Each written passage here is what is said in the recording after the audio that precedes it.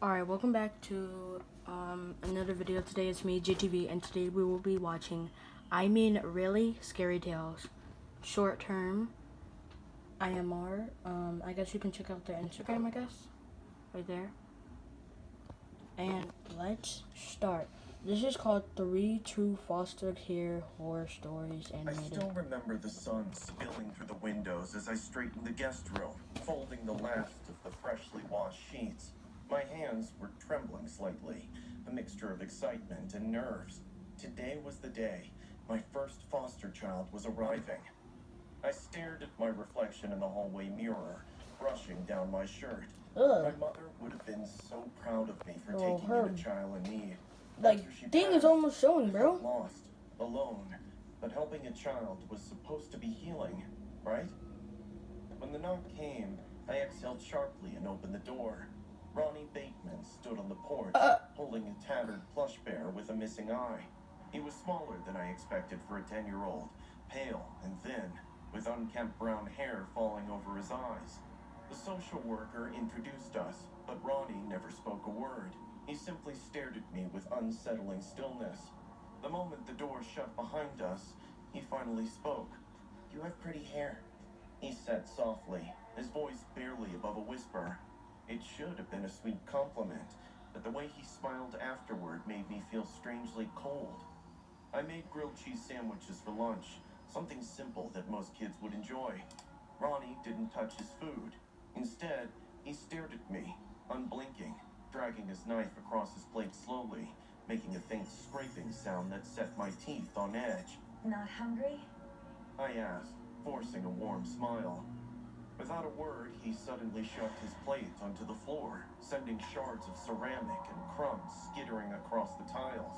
He glared at me with a flash of something dark in his eyes. "I don't want this," he muttered coldly. I knelt beside him, trying to keep calm. "Hey, it's okay. You don't have to eat it. What do you want to do?" His lips curled into a grin, a slow, deliberate smile that didn't reach his eyes. "Let's play hide and seek." Thinking, Nope. Out of the house. The first thing he says, let's play hide and seek. Bro. I'm out. I'm just sprint running out. That's gonna be my face. And I'm not playing one game. Jumping out the place. I don't care if it's the window. I'm gonna say, you hide, I count. Turn around. I'm gonna turn around. I'm gonna look. He's not there. I'm gonna try to open the window. Hopping out, running as fast as I can, and I'm not turning back. Maybe I will. it would lighten the mood. I agreed. "Okay." Bro, no. This is how people die in horror stories. By saying yes. I know it's your role, but no. Get out. I'll hide first. Just need help. Masking my unease. Bro, I what the? tiptoed through the house, to Bro. the hallway closet, looking slightly at the stillness of it all. For a moment, it felt almost normal. But as I pressed my ear to the door, I heard something that sent a chill through me. Soft, deliberate footsteps. But there was something else. The faint metallic scrape of a blade dragging across the wall. "Caroline!" His voice sing-songed through the house. "I'm gonna find you." I held my breath, willing myself to believe I was imagining it. But when I peeked through the narrow crack of the door, my stomach turned to ice. Ronnie was holding a large kitchen knife. His small hands clutched the handle tightly, his knuckles white. come out, wherever you are," he crooned softly, dragging the tip of the knife along the hallway wall, leaving shallow scratches. I slowly pressed the closet door open, creeping out barefoot, careful not to make a sound. Ew. My heart slammed against my chest as I moved down the hallway toward the back door. Suddenly, a tiny hand grabbed my wrist from behind. I spun around, and Ronnie's face was inches from mine, his grin wide, his teeth bared in a grotesque, almost animalistic snarl. "Gotcha!" He giggled and slashed at me. The blade missed my stomach by mere inches, but it tore through my shirt, grazing my skin. I gasped in pain and sprinted into the kitchen. My bare feet skidded across the floor as I yanked open drawers, searching for something, anything I could use. But Ronnie was fast, too fast. He came barreling around the corner, slamming into me with surprising force, knocking me into the counter. The knife sliced into my shoulder, making me cry out. "You're not fast enough," he sneered, his eyes wild. I stumbled backward, gripping my bleeding shoulder. My hands shook as I grabbed the heavy ceramic fruit bowl from the counter and swung it at him. It smashed against his arm, making him drop the knife. But instead of crying out in pain, he laughed. Ew. "You're fun," he whispered, blood trickling down his arm. "Wanna play again?" I bolted for the front door. Why did you let him grab it? His small footsteps. Why didn't you just against kick the it up? hardwood floor. Bro. I yanked the door open, only for him to slam it shut with shocking strength, nearly crushing my hand. Ew. "You're leaving," he hissed, his face only inches from mine. Desperate, I shoved him back and sprinted toward the laundry room. I barely managed to slam the door shut and lock it. I panted against the wall, No, my heart don't. threatening to explode out of my chest. Now you're Through just the gonna. crack in the door, I could see his small, bloodied hand running over the handle. "You can't hide forever," he whispered. I frantically dialed 911 with my blood-slicked fingers, barely able to speak. Please. My Bro, get foster out the son, door first. He's trying to kill me. But before I could give them my full address, the door burst open. Ronnie stood there, his face blank, emotionless. He cocked his head slowly and strolled toward me. I scrambled backward, throwing whatever I could at him. A detergent bottle, towels, anything. He lunged on top of me, his small hands shockingly strong, pinning me to the floor. He raised the knife high above his head, his eyes alight with something vile. I screamed in desperation. You don't have to be like your father. What? He simply smiled. "I'm not like my father," he whispered, his lips curling into a sinister grin. "He didn't kill anyone." I froze, What? my breath caught in my throat. "I did," he sneered. Every time he brought home a woman after Mom died, I didn't like them, so I played with them, with knives. He only confessed so they wouldn't take me away. His eyes glimmered with triumph, feeding on my horror.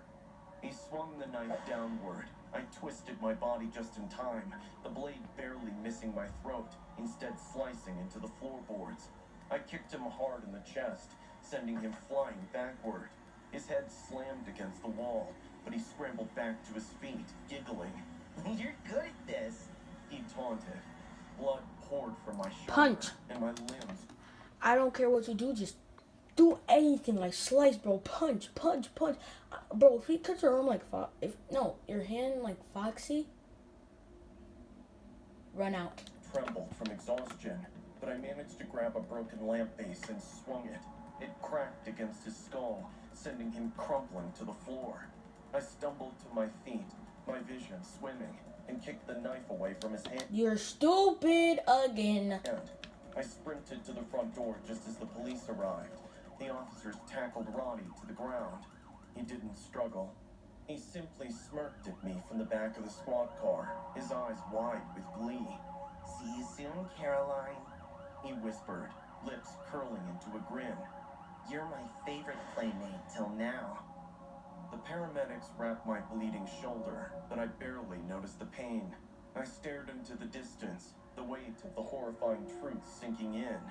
The wrong man was going to die for the murders, and somewhere deep down, I knew Ronnie would find another game to play. Bro. Lily and I have stayed This at is this crazy. foster care for only a week. Our parents, the old Martin, were leaving for dinner, leaving us home alone. When their tires rolled out, Lily jumped on the What couch the and heck? shoveled popcorn to watch the TV. The house was quiet, except for the faint hum of the TV. Around 20 minutes later, Lily was half asleep on the couch. I was Drooling? scrolling through my phone when the lights flickered off. Huh? I For real. frowned. The TV screen was black, except that nothing was on. Total silence. "Lily?" I called as I stood up. She stirred. What the hell? She said groggily.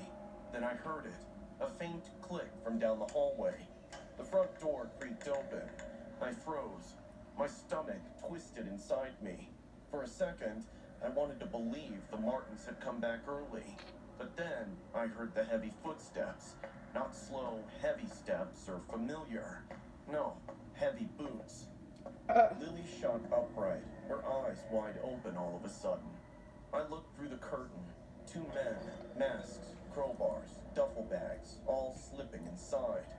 I saw one of them twist a screwdriver roughly in the lock until the door frame cracked.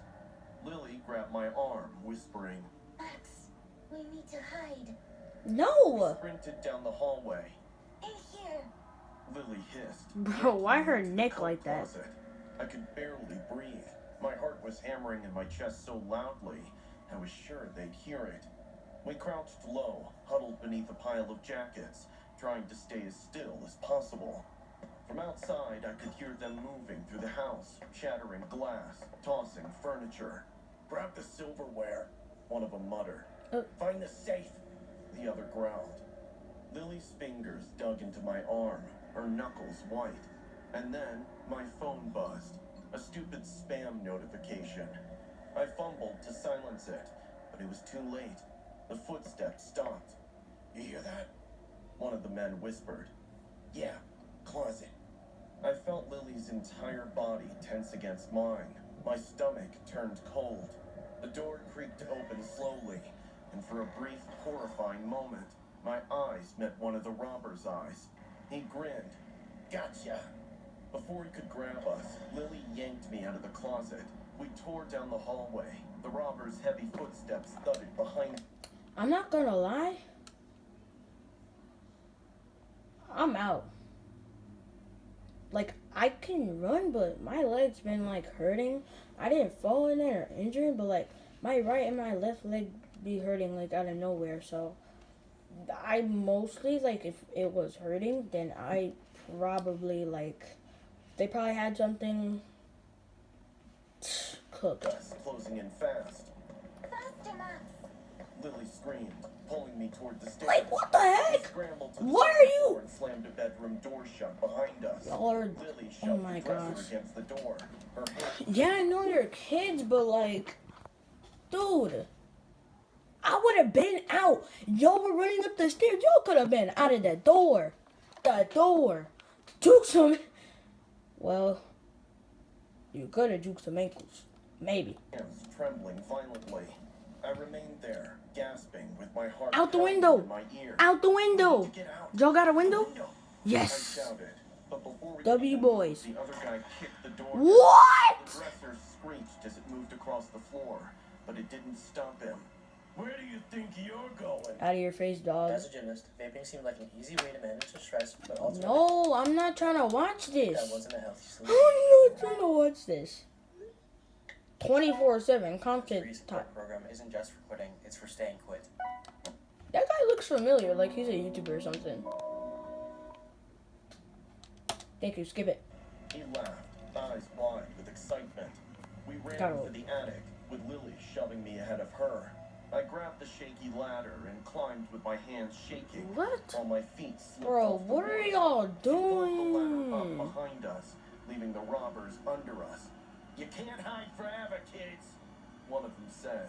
Then with a jump sick on him. amusement in his tone. Both of "We you, have jump all on him. night."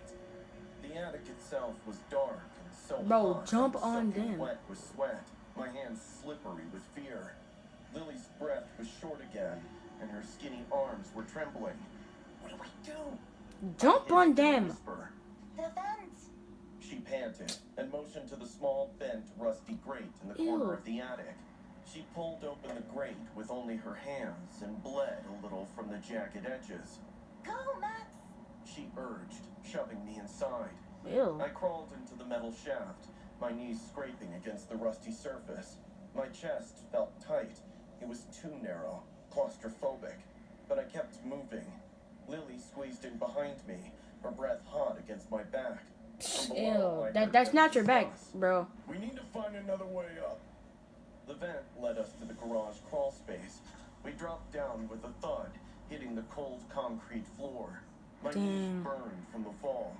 Lily grabbed my hand, trying to pull me toward the side door. But suddenly, one robber was there, waiting. Kick. Smart kids, Kick. he sneered, his eyes glinting cruelly. He lunged at Lily, grabbing her wrist. Without thinking, I snatched a rusty screwdriver from the workbench and plunged it into his Yeah! thigh. He screamed in pain, stumbling backward.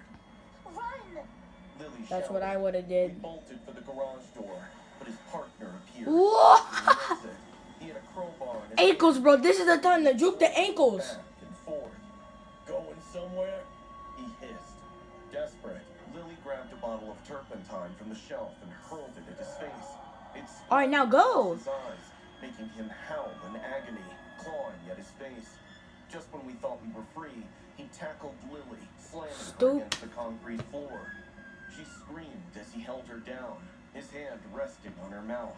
I saw the wounded guy limping toward me in rage. Kick There him. was a heavy garage door handle, and I smashed it down on his arm as he tried to grab me. He screamed, and his bones cracked under the weight of the door. I turned just in time to see Lily, her face and chest covered in blood, sink her teeth into her attacker's hand. He roared in pain and loosened his grip just enough for her to shove him backward. A sound of sirens broke the night. It was sound of cop cars. We run out screaming for help. The neighbors heard screams from our house, so called the cops. The cops tackled the robber down onto the ground. Lily and I settled into the back of an ambulance, trembling under silver-thin blankets. My hands won't stop shaking. You saved me, Max. She whispered. I shook my head, still gasping for breath. No, you saved me. Whoa, whoa. Why is she not bleeding? I squatted on the carpet, its fibers worn and frayed between Ew. my fingers, picked at the edges. A faint scent of pine-scented cleaner and old wood permeated the air. Ew. A huge change from the thick dampness that greeted me at the group home just a week ago. I'd only been with Roy, a middle-aged foster father with soft eyes and a friendly smile. Why does for she have 5 blue days. eyes, bro? At first, I felt Oh. thankful.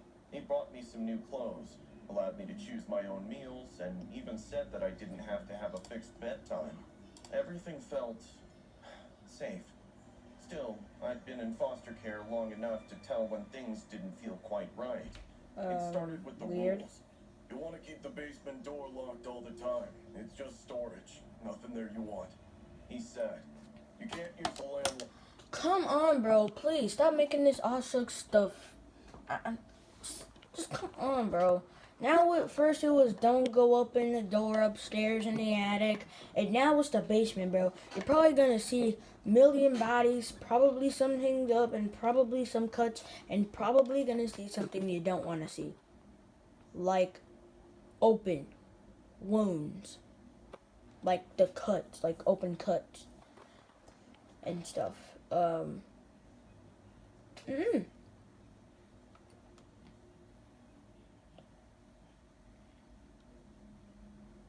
Did I say that right? Think so. Fine, it's not working. So if you need to call someone, just let me know. The landline No, was on. I'm not. I didn't ask any questions. Until tonight. The moment Roy left the house at 8 p.m., Do it. I heard it. Thud. A heavy, dull bang from somewhere down the hall. I ripped the earbuds from my ears and sat up, straining to listen. Yo, what? Bang. Bang. It was coming from the locked hallway closet, the one Roy was always locking. I hesitantly approached the door, my palms This sweaty. is the basement. I pressed my ear to the door and listened closely. Soft, uneven breaths, shallow, desperate. My heart skipped a